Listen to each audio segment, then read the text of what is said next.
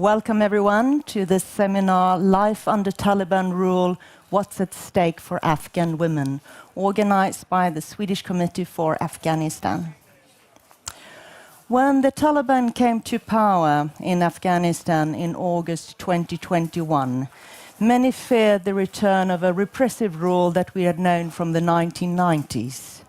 Many also worried that the progress made to enhance and strengthen women's rights and girls' rights during the last 20 years would be lost, and that the position that women had found in society would be reversed.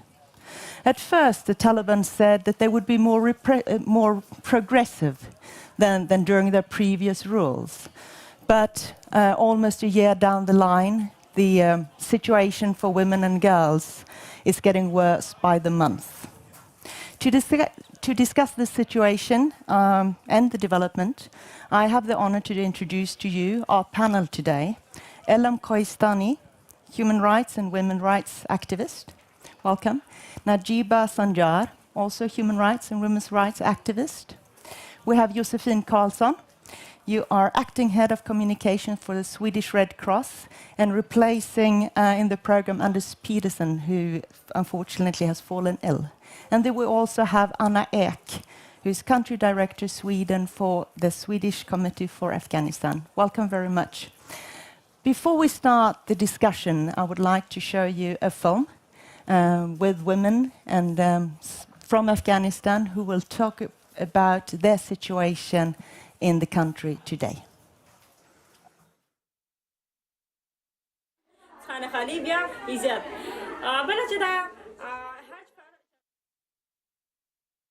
په نوم یادېږي او زموږ ښوونځی چې دی هم د شیخانو کلیوالي ښوونځي په نوم یادېږي.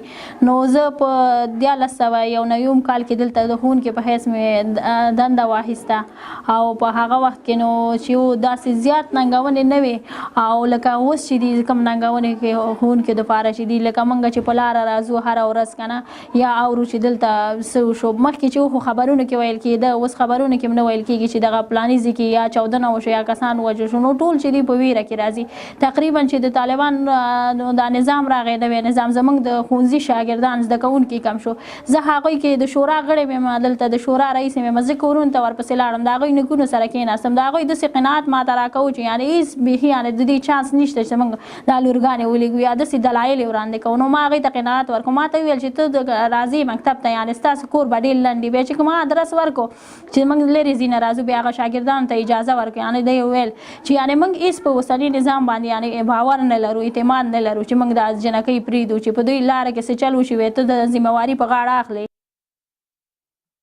دا اوسنی نظام چې کله رامنځته شوی دی او دلته راغلی نو لکه موږ اورو بل ولسوالۍ کې بېسود ولسوالۍ کې چې دې ځای کې ښوونکی یو مدیر په شهادت ورسېد، نامعلومو کسانو. موږ په ډېر ویر او خوف کې راځو، یعنې ډېر ستونزې مشکلاتو سره مخ یو او ډېر په احتیاط راځو. لکه موږ چې دلته مکتب ته راځو موږ ته ویل شوي دي د ادارې د خوا نه د څه د خوا نه د مکتب شاوخوا سیمې موږ اول څارو چې دلته چا څه نه ایښی. همدغسې حالات روان دي. زه هېڅ هیله نه لرم د راتلونکي دپاره او ټول چې دي خفه یو او زموږ شاګردان زیاتره چې دا جګ صنفونه رخصت شوي کورونو کې ژړل او یعنې ټول کورنۍ دوی سره خفه خفګان کې وو، تر څو چې زموږ نور صنفونه دولت صنفونه خو اوس هم رخصت دي او زموږ دا صنفونه څو درې صنفونه جګ صنفونه چې بیرته راغله ډېر زیات خوشحاله وو او ټول چې دي کورونو کې خفه ناست وو، یعنې ډېر زیات خفه وو او هېڅ هیله نه لرو چې دا حالت روان نو موږ هېڅ زموږ هیلې نو ټول مړه شوي دي یا رژېدلي دي. خانه خالی بیا عزت بله چې دا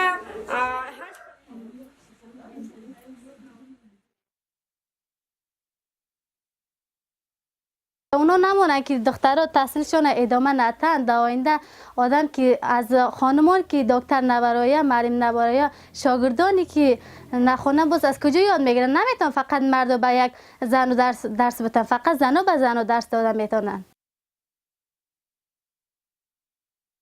آرزوی است که تحصیلات دخترها را بانند، ادامه بدهند، درسشون را بخوانند تا وقتشان در آینده یک وظیفه بر خود ادامه بدهند که فراهم بسازند. و از اینا خواهشمندم که مکتب اعلام کنند، آزاد بکنند دختران و دیگر تحصیلشون ادامه بدن. اگه اولی نمونن باید ما مجبور میشیم که تظاهرات کنیم. چرا مجبور نمیشیم؟ به خاطر که مردم برن درسشون بخونن. مجبور نیستیم که همیشه در خانه بشینیم کاری خانه رو کنیم. کاری خانه رو هر وقت که باشه یاد میگیریم. ما میخوایم که درس بخونیم. اعلام کنن مکتب بونن که مردم درس بخونن.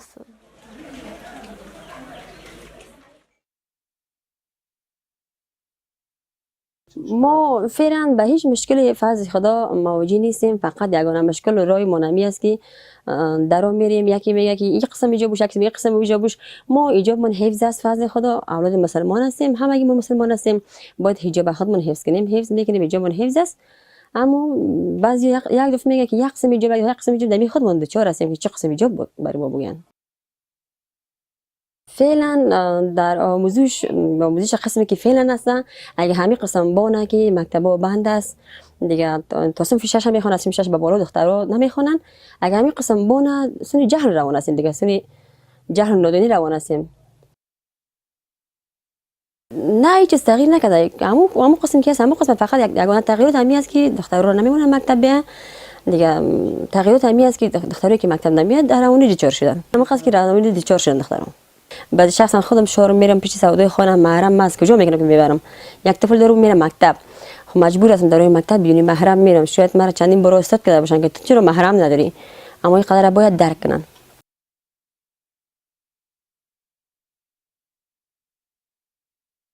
Having heard these testimonies, I would like to start by asking you just for a short comment to the film that we just saw. Elham, you start. Thank you so much. I'm sure that each of you just watched the video and just hear what was in the video. But for me, like, you all cannot feel my heartbeat just now, how I felt while watching this video. It was what I just feel it 20 years back in Afghanistan. When the first time Taliban took over the Afghanistan, I was in primary schools and the school was banned at that time. And I cannot express how dark the situation was and how we overcome that fear and that future that was not clear for us that time. But luckily, on that time, I had my mother's that he was stand with me and he took my hands. That's why now I'm here. And I want each one of you to stand with all the Afghan girls. So maybe at the future, we will have many more Ilham in this stage. Thank you. And Najiba, what's your reaction? Thank you so much. It is very heartbreaking to see the situation, the insecurity that women and girls in Afghanistan are feeling. Having worked with women and girls in rural areas of Afghanistan, I already know how much it was difficult and challenging to convince the communities to let their daughters and girls attend their school. And now you might have noticed that the women in the picture says that it is really hard to convince the elderly people or the parents to let their daughters go to their school because they don't have any trust on the de facto government. And they also, these women are among very, very few women who have the opportunity to go to the school and attend their jobs.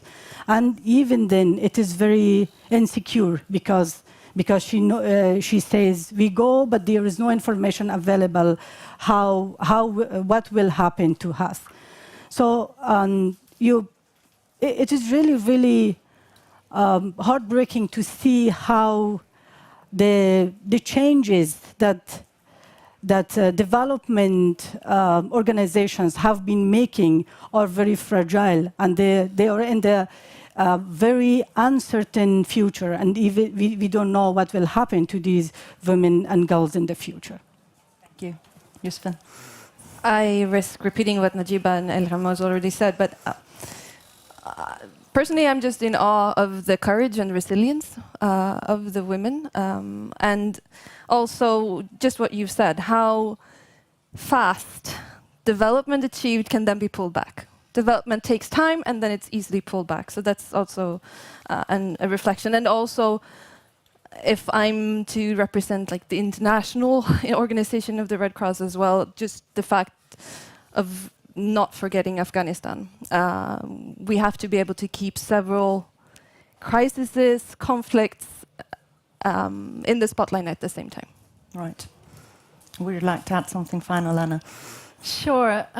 I could add that I'm very happy to at least have these voices, both Elham and Najiba here, but also the women and girls that decided to participate in this video, because I'm not sure. It will get harder and harder to get women to actually speak out. And I'm glad that we still have that possibility. But yeah, so many wise things have already been said. So. Right. And we heard some of the statements, some of the testimonies from the women in Afghanistan. I would like to hear from Elham and Najib also. How did the Taliban takeover affect your personal lives? Elham, if you start. I cannot believe that we are just reaching to 1 year that we have lost our identity. I cannot express how it feels that for 1 year I'm not Elham anymore, and what affects me more is that I lost my identity. I lost my jobs in Afghanistan. I lost my country. I lost everything that we achieved during the last 20 years back. When it comes personally on me, I lost my jobs. I lost my identity. I lost my family, which are now in Afghanistan. I lost my friends that I made it during all these 20 years. I grew up from these 20 years, and now I reached to be independent. And I was so happy that now, I was in a stage that I can't help my people inside of Afghanistan. And very recently, I was trying to build a network of all the Afghanistan by the name of Femina Afghanistan to transfer what we learned during these 20 years to another generations. But now we are at the stage that we start from zero.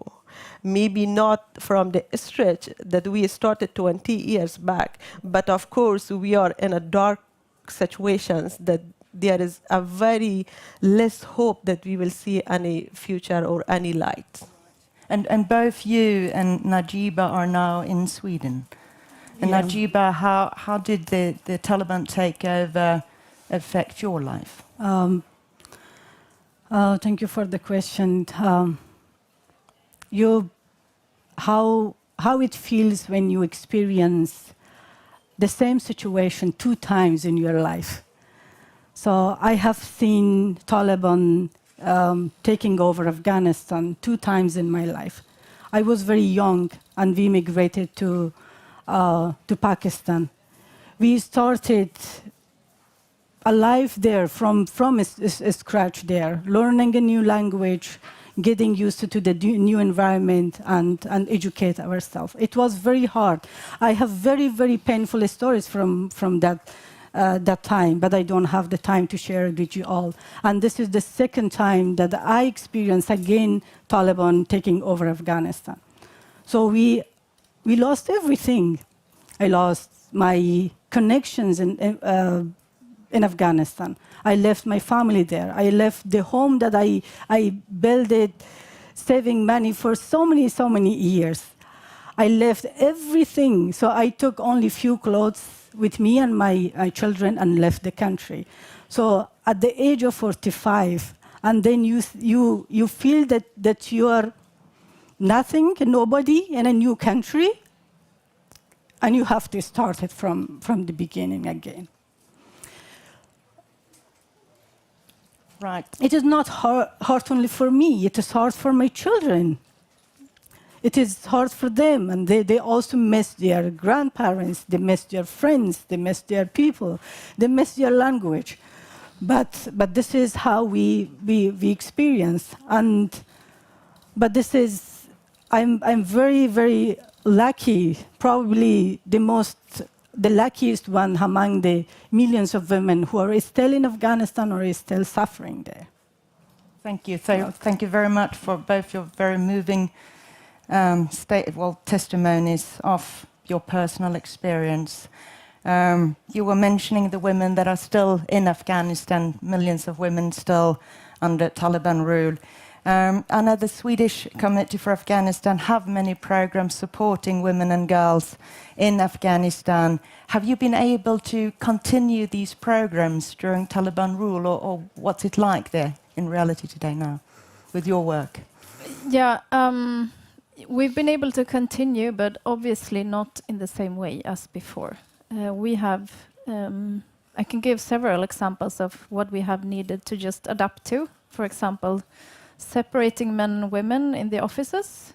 In some offices, they were already separated from the beginning because there can be very different, depending on which part of the country you work in, there are different norms and different kinds of acceptance for men and women working together. But another challenge we faced, I think, for everyone in the beginning was it was unpredictable. You don't know what to expect. You don't know what to plan for. Now we have a predictable situation. We might not like it, but we at least start to understand what we have in front of us, what we need to mobilize through. Our women colleagues have been able to go to work, to continue to go to work, but of course they need to wear the dress code that is now declared by the Taliban. But we have managed to keep all our classes for girl students open, including the adolescent girls in grade 7 to 9, which is thanks to the local communities. We shouldn't be only proud of our own work within SCA, because it's thanks to the mothers and the fathers in the local communities that want to have an education for their daughters as well. But of course, there's been another challenge is that there was a total isolation of the Taliban regime from the international donor community, which is, I think, everyone understands. You don't want to support the regime. But what that meant is that we have seen extremely rapidly developing poverty in Afghanistan. So besides women fearing for their lives, can I go to a doctor if I need one and my husband isn't at home? The Taliban have imposed a stricter mahram policy, which means you should be accompanied by a man if you need to leave the home. So, I mean, poverty, how can I feed my family? When is my next meal being put on the table? There's so many challenges that also affects our work. Children come to school hungry. We need to invest more in our hospital services and so on. Right. And Josephine, I'd like to turn to you as a representative from a large humanitarian organization. So let's take like a macro perspective of this. We're talking about Afghanistan, but in many crises all over the world, in many of the wars, women and children and girls are suffering the most. Why are women always the hardest hit? I might start off with just describing also, I think, why we were invited, because in Sweden we're the Swedish Red Cross. In Afghanistan we're the Afghan Red Crescent Society. So in many countries, including Afghanistan, we make up one of the biggest humanitarian organizations. And so in this context, as in many other contexts, I'd say we share the same experience as the Swedish Afghan Committee when it comes to being able to continue to work very much because of the local community. I mean, the Afghan Red Crescent Society is made up of 30,000 volunteers. And it is them, like these brave women and others, that continue doing the work. But then going back to your question, well, I think not only in conflicts, but also in crises is the power dynamics, the structure that's there before the crisis escalates or the conflict happens, they kind of boil down to like this thick, I sometimes call it the thick syrup of what was there before. The people that were furthest away from power, that was furthest away of having their rights, become pushed even further out. And that's often the role of women. I mean, conflict settings can create space for women as well, because sometimes there's basic needs that come up, and you have these gender roles that might be loosened up. That's not happening in Afghanistan right now. But so I think it's just that in these dynamics, everything that was there before is just heightened, and that comes to children's rights as well. That comes to all levels of society. And what can the international community do to reverse it, to counter it? Can we do something? If I'd say no, that would be.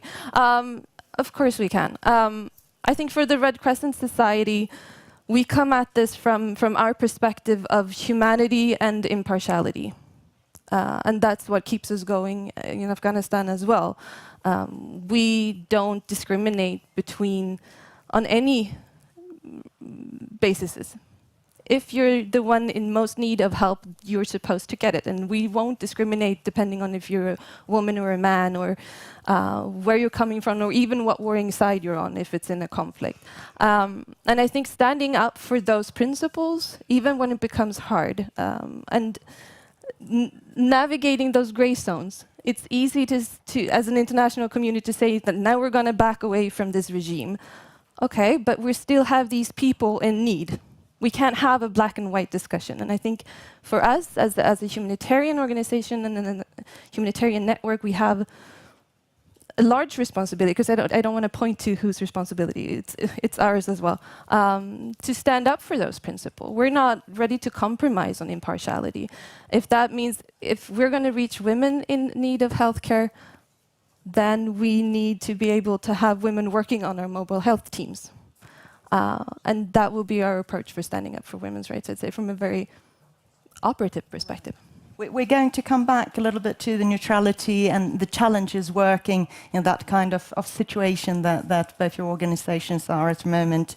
But going back to Afghanistan and the micro perspective there, we've heard about the deteriorating situation for women from the video, from your testimonies as well. If we're going to sum up a bit, what do you think, Najiba, would be the most significant restrictions that the Taliban has put in place now?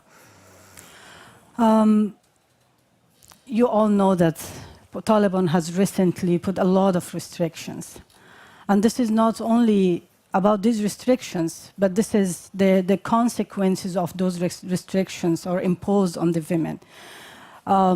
If women don't go to school, so what if schools are closed, if universities also are closed, so what activities they can get engaged to? So if they are not allowed to travel without a male member of the family, so what will happen to those women who don't have any male member at home? They are the only breadwinner of the family, so they are not allowed to work, and they are not allowed to free movement. So they're not allowed to wear what they want. So they also have imposed restrictions on the types of specific types of wearing. So these things have a very larger and bigger impact on women. So on the other side, Taliban is not imposing these restrictions, but they also issued a decree saying that if a woman doesn't obey by the rules, so the male member of the family will be punished. So they are directly or indirectly, intentionally or unintentionally, they are perpetuating violence in each family. So the violence and the domestic violence that international communities were working for the last 20 years to just educate those people, to teach them the equal rights of men and women. But now Taliban we are just reversing to those situations again. So it has a very bigger impact in general on women in Afghanistan. So, and the impact is not only women, but also the whole society, and it also affects men in the society. Anna, would you like to add something on the effects of the society as a whole? Well, yes, another answer you asked before, how has the Taliban takeover affected us? And I have male colleagues that are worried. They work at our office, but they are worried. If my wife becomes sick, if my daughter becomes sick, I'm the only one that can take her to see a doctor. Will I get there in time? I guess my manager will let me go, but not everyone works at a place perhaps where you're allowed to leave work in the time needed to help your wife to go to a doctor, for example. So of course it's a stressful situation for men too. They're also expected, of course, as Najiba said, to be the guardians of the behavior of the women of the family. Another answer is that, of course, there are men that have taken advantage of the Taliban takeover. They're not necessarily Taliban supporters. They're just very, very deeply conservative. So that's another answer to the question. It's given them a sense of progress for their view of how women should behave in society. And of course, there will be debates and clashes, and we see women protesting. There was a student in the video saying, if I can't go to school, we will demand them to open the schools again. We will go and protest. Not many women do it, but I mean, men have been pretty absent this far from these kind of demonstrations and opinions. But I know there are men that also, of course, are pro women's rights. But is Sorry, there long answer. No, it's all right.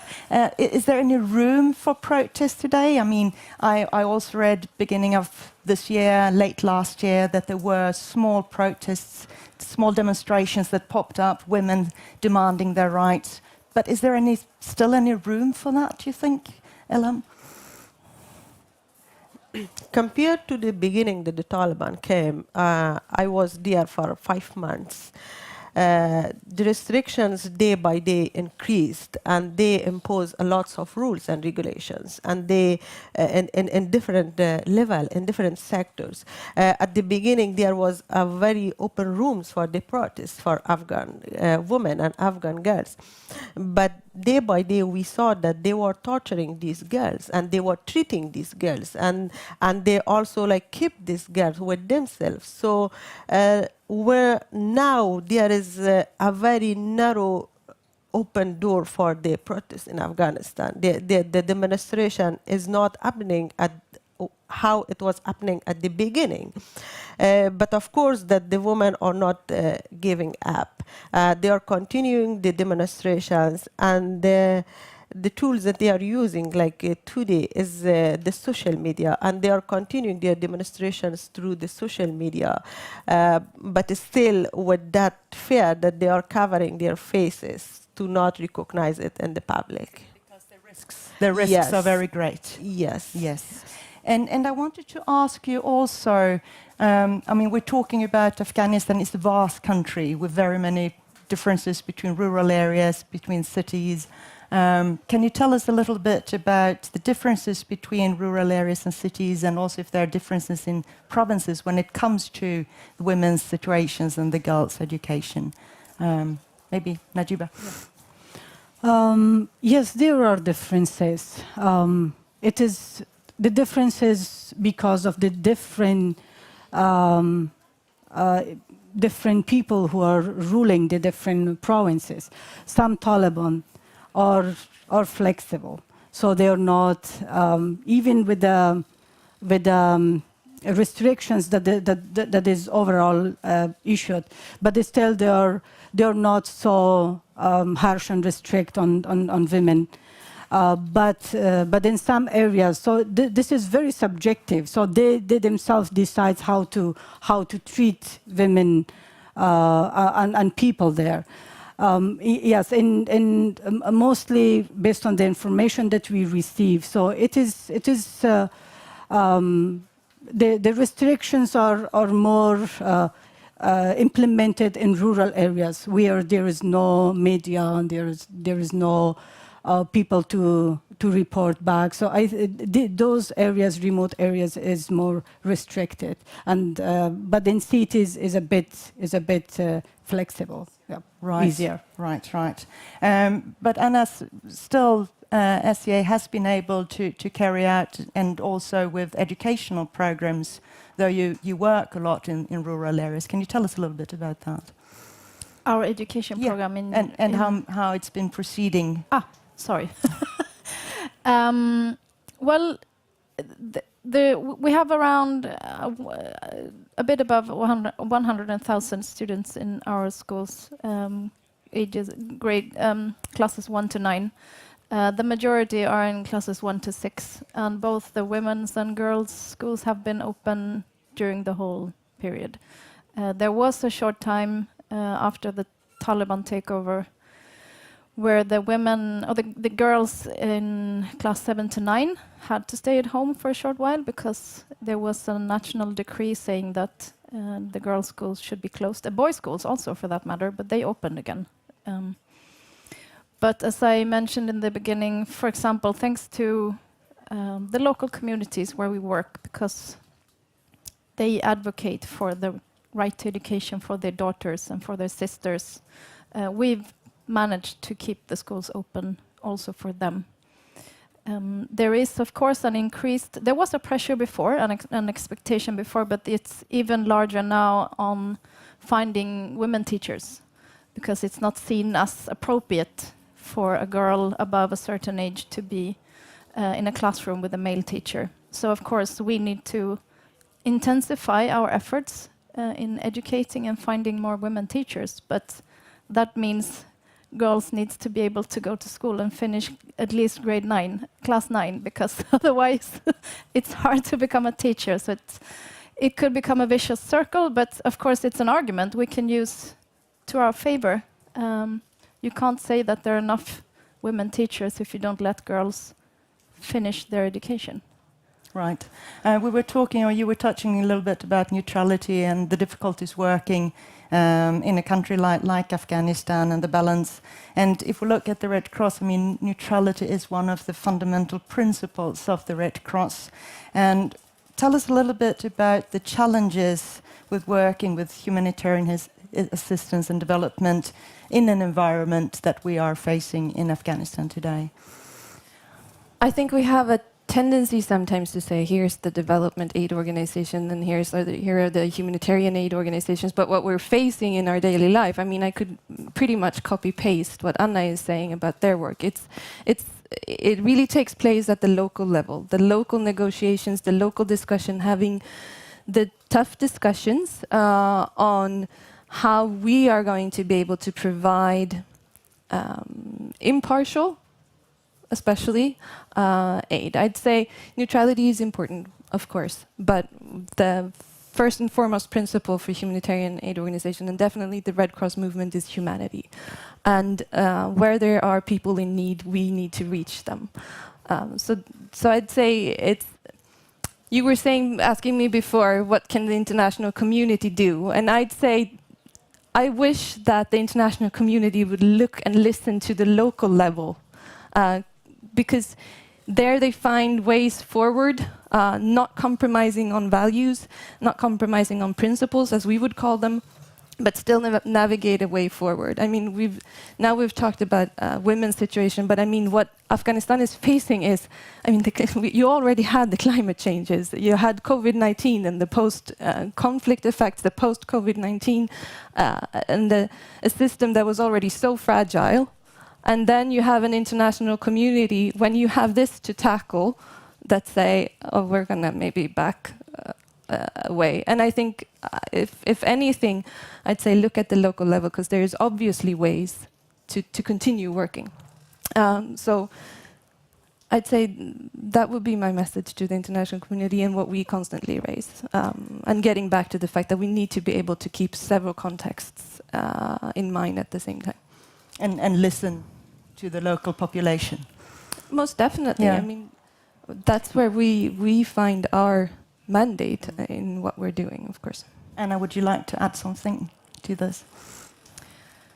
Well, the international community could be better in taking advantage of the opportunity that the armed conflict in Afghanistan is practically over. There are few areas where there's armed conflict going on, but there are so many new opportunities in reaching out to areas where there weren't any schools before, where there weren't clinics or there weren't any hospitals, and keep putting pressure on the regime and advocating for the right for girls and women to study, to go to work. I mean, it's about making Afghanistan a higher priority. We know that Sweden managed to negotiate a deal with Turkey in rapid record speed because it was of interest to have that done to become a member of NATO. So it's a matter of giving Afghanistan and Afghan women higher priority.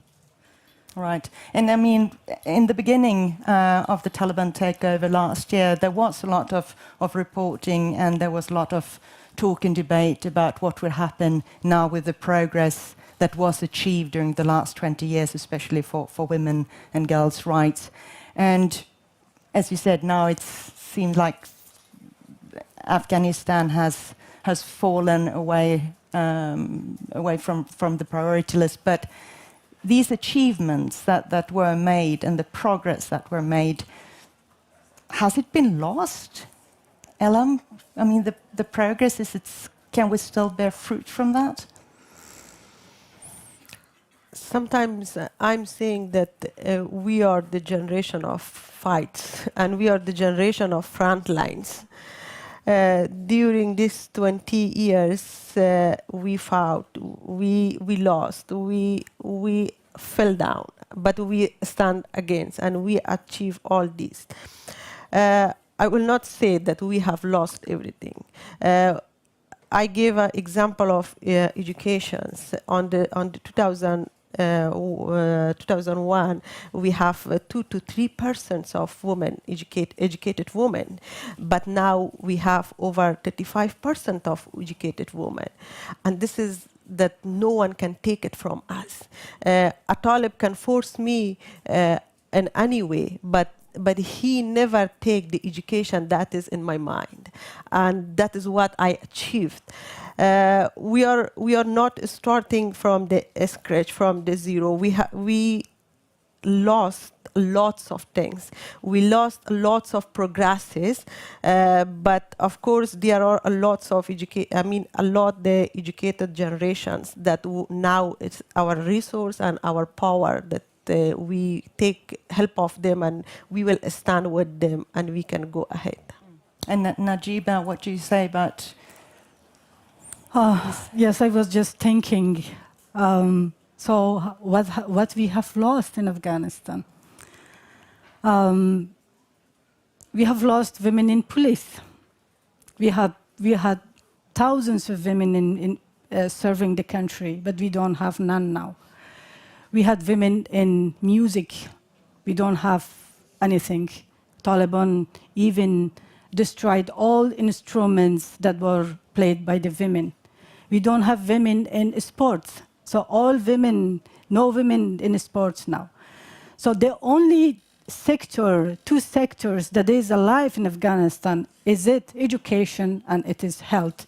So the rest of the sectors that women were engaged and working or were active, they disappeared. But the question is not here whether there is some progress are there, but the question is here to let's maintain some of the progresses that are still there, and there is the opportunity to develop more. Otherwise, we will lose everything that we have developed so far. You mentioned, for instance, media and the press and no more women. I mean, women TV presenters are still there, but they have to cover their faces. There's a risk that women might be banned from journalism and media altogether. What consequences comes with that when women are banned from, let's say, media? Would you say that the reporting will be different? Of course it will be different, because if you lack a women perspectives on reporting, on anything, so it means women's issues will not be covered. So world will not know what challenges, what difficulties women are facing. Because Afghanistan is already a conservative country. It's still, despite working for 20 years, still women were suffering there. There were many issues still untouched, and still there were problems. But look at this situation. So if there is no reports on women issues, so what will happen? Of course, it's a very dark situation if you don't have women disclosing or airing the needs and rights of women. Josephine, we've been talking a bit about what the international community can do to strengthen Afghanistan, but more specifically women's rights. What would you like, or what do you like to see the international community do? I think that question should be perhaps directed to Elan and Najib, but I will take the question and I will twist it a bit, because I think what has been the exit door for the international community when it comes to Afghanistan now has been, but we're not going to withdraw the humanitarian aid, which is seen as less politicized and so on. And if it's something that I think we as a movement are saying and can say even more, is that we can't do it ourselves. I mean, the humanitarian needs in Afghanistan and now in Africa with the hunger crisis, there is no humanitarian response that will be enough. We need the tandem with the development aid. We need to target the root causes of why this is happening over and over again. And I think that links to women's rights. As I said, if we are going to be able to provide impartial humanitarian aid, healthcare, to reach women and men, we need female staff. And for us to have female staff, we need to have educated health personnel. So I mean, we can't do it ourselves, and we need that tandem. And I think it's being oversimplified by the international community as an easy outing. So we are in a humanitarian organization saying, well, thank you, but we need these other, and we're doing it ourselves as well. We're not just doing aid parcels, we're targeting the root causes, but we need help. And I think the discussion has been simplified. And I would like to ask Najib and Elham, what are your expectations from the international community? Do you would like to start, Najib? Yeah. First of all, I have to thank the international communities that are standing by the people of Afghanistan for the last 20 years. And it is not easy. I understand it is the people who paid taxes and the people who saved money to help people inside Afghanistan, and all those money went to corruption, and unfortunately not all of them, part of them, most of them, yes, went to the development sector and changed the lives of thousands of women and people in Afghanistan. But the problem, it is our destiny, but the problem is there, even with investing a lot of money and many years.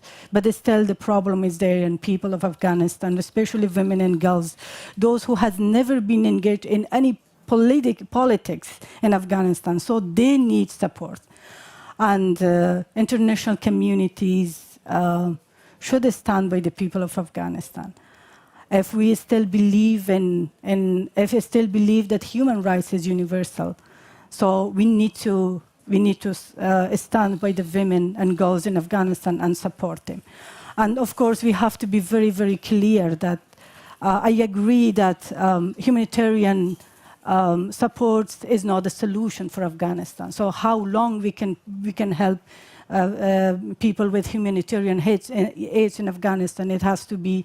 International communities should invest in development projects in Afghanistan, but we have to be very, very clear that without giving legitimacy to the Taliban. So it is not a group. They are a terrorist group, but it has to be distinguished. Right, we have like 30 seconds left. So those 30 seconds I will give to you, Alam. What are your expectations from the international community? I consider the presence of international community in Afghanistan should be a must, not an option. And the second thing that I'm much more clear that we are a country that now we break up and we have nothing, we have no systems, we have no government structures. So the presence of international community should not only be the funding and the aids, just to broad the aids. I suggest or I request from the international community that they can stand with us to give us the other technical supports that we needed. We need the political technical supports. We need the skills that the international community can stand with us and can support us in different areas of the development. Thank you very much. Thank you very much for you in the panel who came and gave us your thoughts and wisdom. Thank you very much for listening in. And yeah, we'll see you next time.